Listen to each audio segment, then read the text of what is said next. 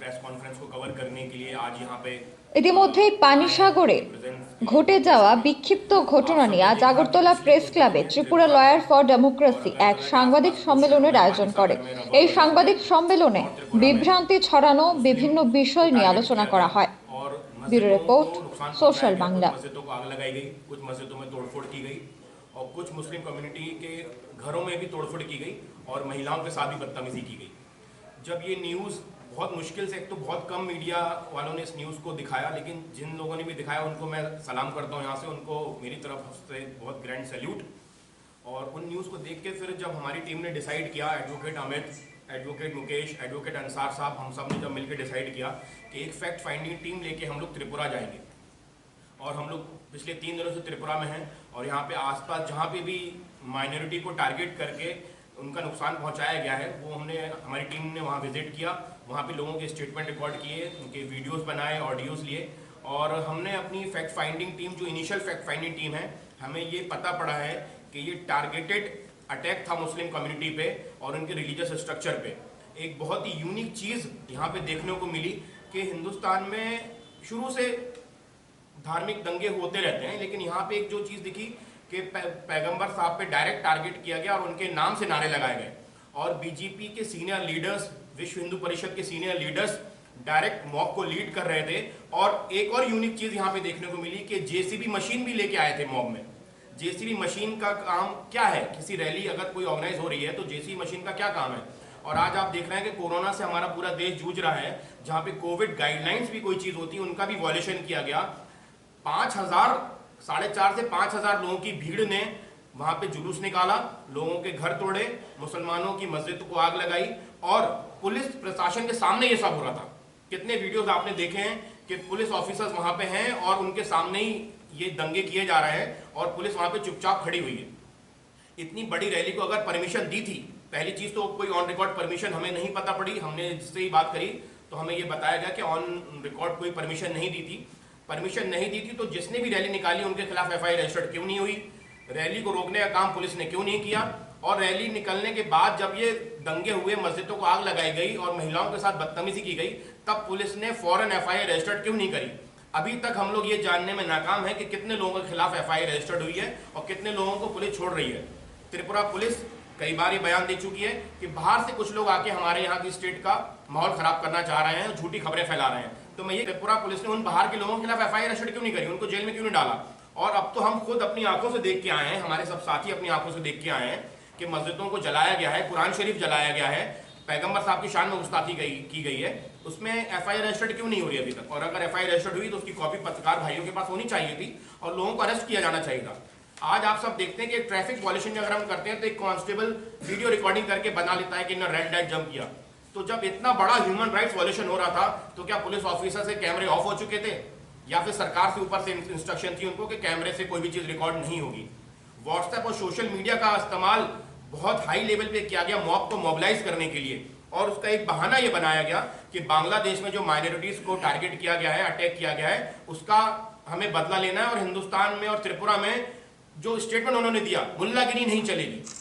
तो भाई ऐसी कौन सी मुल्लागिरी यहाँ पे चल रही थी जो कि आप लोगों को मस्जिदों को और मुसलमानों को मारना पड़ा? जबकि हमने लोकल लोगों से बात करी तो जो गांव के लोग हैं, पानी सागर, रफा बाजार हम लोग गए, वहां पे गांव के जो लोग थे, हिंदू कम्युनिटीज हो या मुस्लिम कम्युनिटीज हो, वो तो सैकड़ों सालों से मोहब्बत से रह रहे हैं। और कई जगह जहाँ पे मस्जिद को नुकसान नहीं पहुंचाया जा सका, वहां पे हमारे हिंदू भाई खड़े हो गए मस्जिद को बचाने के लिए। कई जगह जहाँ पे गांव में नुकसान नहीं हुआ, वहां पे हिंदू कम्युनिटी के लोग मुस्लिम्स की ढाल बन के खड़े हुए कि यहाँ पे हमारे यहाँ दंगा नहीं होगा। और विश्व हिंदू परिषद के लीडर्स ने हिंदुओं को बोला कि जो नहीं आएगा रैली में उसको भी हम देख लेंगे। इनको जबरदस्ती फोर्स किया गया रैली में आने के लिए। लेकिन आज भी आप सब जानते हैं कि 80% लोग, चाहे वो हिंदू हो चाहे मुसलमान हो, अमन पसंद हैं और एक दूसरे के लिए उनके दिलों में मोहब्बत है।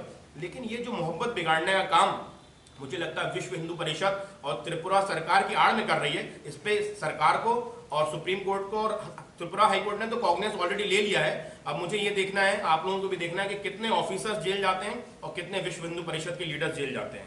कि जितना भी नुकसान हुआ है, मॉस्क का, मस्जिद का डिमोलिशन हुआ है या फिर आग लगाई गई है या तोड़ा गया है, मैं आपको हमारी जो मांगे वो मैं पढ़ के बताना चाहूंगा। सरकार हाईकोर्ट के सेवानिवृत्त जज की अगुवाई में जांच कमेटी बनाकर पूरी घटना की जांच करवाए। पीड़ितों की शिकायत पर आवश्यक तौर पर अलग अलग एफआईआर लिखी जानी चाहिए। इस उपद्रव की वजह से जिन लोगों के वाणिज्यिक प्रतिष्ठानों को आर्थिक नुकसान हुआ है, उन सभी को राज्य सरकार द्वारा उचित मुआवजा तय किया जाए व उसकी भरपाई जल्दी की जाए, ताकि ये बेगुनाह अपनी जिंदगी को दोबारा से पटरी पर ला सकें और खत्म हो चुके उनके व्यापार और धंधे सुचारू रूप से पुनः शुरू हो सके। आगजनी और तोड़फोड़ में प्रभावित हुए धार्मिक स्थलों को सरकार अपने खर्च पर दोबारा बनवाए। हिंसा होने की आशंका के बावजूद कठोर कदम नहीं उठाने के कारण हुई हिंसा में थानाधिकारी की जिम्मेदारी तय की जानी चाहिए। उनको तुरंत अपने पद और थाने से हटाकर नया थानाधिकारी लगाया जाना चाहिए। रैली में पैगंबर मोहम्मद के अपमान करने वाले नारे जिन्होंने लगाए, उन व्यक्तियों और संगठनों के विरुद्ध कठोर कार्रवाई की जाए, ताकि दोबारा राज्य का सौहार्द वातावरण खराब नहीं हो सके। सोशल मीडिया पर झूठे और भड़काऊ मैसेज वायरल करने वाले लोगों और रैली के लिए बार बार लोगों को उकसाने वाले और हंगामा करने वाले सभी लोगों को संगठनों पर मुकदमा दर्ज हो, सख्त से सख्त कानूनी कार्रवाई हो और जो भी इस उपद्रव में दोषी हैं और लूटपाट और आगजनी में लिप्त हैं, उनकी जांच हो और सभी अपराधियों के खिलाफ बिना भेदभाव के फास्ट ट्रैक अदालती कार्रवाई होनी चाहिए। मैं अपनी बात यहीं समाप्त करूंगा। अब मैं रिक्वेस्ट करूंगा हमारे साथी मुकेश जी से, एडवोकेट मुकेश जी जो कि सुप्रीम कोर्ट में लॉयर हैं, वो अपनी बात रखें। 1800 किलोमीटर के आसपास दूर बैठे थे और हमें लगा कि यहाँ कुछ ऐसा हो रहा है जिससे पूरे हिंदुस्तान को खतरा है। तो हमने ये टीम बनाई जो आपके सामने है, जिसका परिचय आप लोग ऑलरेडी एक्शन भाई दे चुके हैं। तो हमें लगा कि इसको एड्रेस करना चाहिए, क्योंकि इसमें हमको एक प्रोग्राम दिखा, एक पैटर्न दिखा। ये पैटर्न हम ऑलरेडी MP UP में देख चुके हैं, जिस पैटर्न में एक पूरी भीड़ को पूरे साल 2 साल तैयार किया जाता है, उनको भड़काया जाता है, उनके अंदर एंटी अदर कम्युनिटी सेंटिमेंट जगाया जा रहा है कि जैसे ये देश सिर्फ किसी एक कम्युनिटी का है और धार्मिक आइडेंटिटी के हिसाब से ही इस देश में आदमी को जगह मिलेगी। जो किसी एक पर्टिकुलर धार्मिक आइडेंटिटी का होगा उसको बड़ी जगह मिलेगी, बाकी लोग जो दूसरी धार्मिक आइडेंटिटी को उनको छोटी जगह मिलेगी। तो ये पैटर्न हमें आपके जरिए न्यूज़ चैनल्स पे, सोशल मीडिया चैनल्स पे दिखा कि ये शायद वही हो रहा है। जब हमने दंगे देखे और मॉब का वो नारेबाजी देखी, जो पहली बार नहीं है, हम मध्य प्रदेश भी जा चुके हैं, वहाँ भी देखा हमने, सेम पैटर्न था, सेम तरह से लोग बातें कर रहे थे, सेम वही भड़काऊ नारे बना रहे थे जो कि ग्राउंड पे नहीं बनाए जा सकते। वो काफ़ी क्रिएटिव नारे हैं जो बैठ के किसी कॉन्फ्रेंस रूम में या किसी मीटिंग रूम में बैठ के तय किए गए और तब जाके ज़मीन पे लगाए जा रहे हैं। तो इसके लिए आप लोगों का बहुत बहुत शुक्रिया कि आप लोग ने ये बात पूरे देश में फैलाई, जिसके चलते आज हम यहाँ हैं और देख पा रहे हैं कि एग्जैक्टली हो क्या रहा है। अपनी बात रखने से पहले मैं अपना परिचय देना पसंद करूँगा। मैं एक वकील हूँ, एडवोकेट, और मैं दिल्ली में प्रैक्टिस करता हूँ और मेरा रुझान ह्यूमन राइट के मामलों में काफ़ी रहता है, तो इसलिए आप समझ सकते हैं कि यही मेरा प्रैक्टिस एरिया है। इसके अलावा मैं लेबर ऑर्गेनाइजेशन है all India central council of trade unions, उसका मैं दिल्ली स्टेट कमेटी का मेंबर हूँ और communist party of India Marxist Leninist का मैं मेंबर भी हूँ। मैं वहाँ दिल्ली में एक्टिव हूँ, पॉलिटिकली भी। तो ये मैसेज मैं क्लियर कर देना चाहता हूँ कि मैं पॉलिटिकली भी लिंक्ड हूँ, कि आप मेरी बात को ठीक से समझ सकें। नहीं छोड़ा जाना चाहिए, क्योंकि वो इस देश की मेजॉरिटी नहीं है, वो फ्रिंज एलिमेंट्स है, वो किसी सोसाइटी को रिप्रेजेंट नहीं करते हैं। वो लोग एक माहौल बनाना चाहते हैं कि सोसाइटी भी ऐसा सोचे, एक दूसरे के लिए सस्पिशन, एक दूसरे के लिए इंटॉलरेंस क्रिएट करना चाहते हैं कि कोई हिंदू मुसलमान को देखे तो डर जाए, कोई मुसलमान हिंदू को देखे तो डर जाए। तो हम इन फ्रिंज एलिमेंट्स को डोमिनेट नहीं करने देना चाहते। हम यहाँ एक्यूज गवर्नमेंट को नहीं कर रहे हैं, हम गवर्नमेंट से अपील कर रहे हैं कि प्लीज उस फ्रिंज एलिमेंट को मेन स्ट्रीम बनने से रोका जाए और हमें ये जो डर है हमारा, ये सच्चाई में तब्दील ना हो जाए कि क्या वो फ्रिंज एलिमेंट्स गवर्नमेंट में भी है, क्योंकि पैटर्न वही दिखा रहा है। आप बोल रहे हैं कि कुछ फेक न्यूज़ है जो सोशल मीडिया पे चल रहा है और आप उस फेक न्यूज़ को इन्वेस्टिगेट कर रहे हैं। जो मस्जिदें जली हैं, जो घर और दुकानें जले हैं, उसको आप इन्वेस्टिगेट नहीं कर रहे हैं। इतना बड़ा पुलिस महकमा आपके पास, वो रिपोर्ट तो आपके पास पहुंची होंगी ना। अगर कोई फेक न्यूज़ है तो आप उसको डील कीजिए, लेकिन प्रायोरिटी क्या होना चाहिए? प्रायोरिटी वायलेंस को एड्रेस करना होना चाहिए, लॉ एंड ऑर्डर को एड्रेस करना होना चाहिए। आपने प्रायोरिटाइज कर दिया कि किसने फेक न्यूज़, मतलब न्यूज़ नहीं दिखाएंगे लोग, हो सकता है कुछ लोग फेक न्यूज़ चला रहे हो, आप उनके ऊपर कार्रवाई कीजिए। लेकिन अभी एट द मोमेंट प्रायोरिटी क्या होनी चाहिए? अभी एट द मोमेंट ये जो वायलेंस हो रहा है, जो मिसक्रिएंट्स है, जो सोसाइटी में जाके इस तरह का सद्भाव खराब कर रहा है, उनको आप पकड़िए ना, क्योंकि वो अगर खुले घूमते रहे तो सोसाइटी की जो हार्मनी वो बिगड़ जाएगी, ये पीस, लॉ एंड ऑर्डर सब खराब हो जाएगा। और आपकी ड्यूटी है लॉ एंड ऑर्डर को मेंटेन करना। आप याद कीजिए, आप किसी कॉन्स्टिट्यूशनल पद पे बैठे हैं, आप किसी एक आदमी के मुख्यमंत्री या मंत्री या डीजी और चीफ सेक्रेटरी नहीं है, आप पूरे राज्य के चीफ सेक्रेटरी और डीजीपी हैं। आपसे मैं अपील करता हूँ इस माध्यम से, आप लोग इस प्रेस के जरिए, कि प्लीज आप वो जो मिसक्रिएंट है, एंटी सोशल एलिमेंट है, जो फ्रिंज एलिमेंट है, जो किसी भीड़ का हिस्सा बन के किसी एक पर्टिकुलर कम्युनिटी को टारगेट कर रहे हैं, उनको आप पकड़िए, आइडेंटिफाई कीजिए, उनके ऊपर कार्रवाई कीजिए। और ये जो कार्रवाई में कि 4 लोग अरेस्ट हो गए, 4 पे FIR हो गया, आप कंप्लेन को FIR में नहीं बदल रहे हैं, ये सब बहुत ही लैकलस्टर एटीट्यूड है। आपको इसको करेक्ट करना पड़ेगा। एडमिनिस्ट्रेशन ऐसे चलाएंगे तो लोगों का आपके ऊपर से विश्वास खत्म हो जाएगा।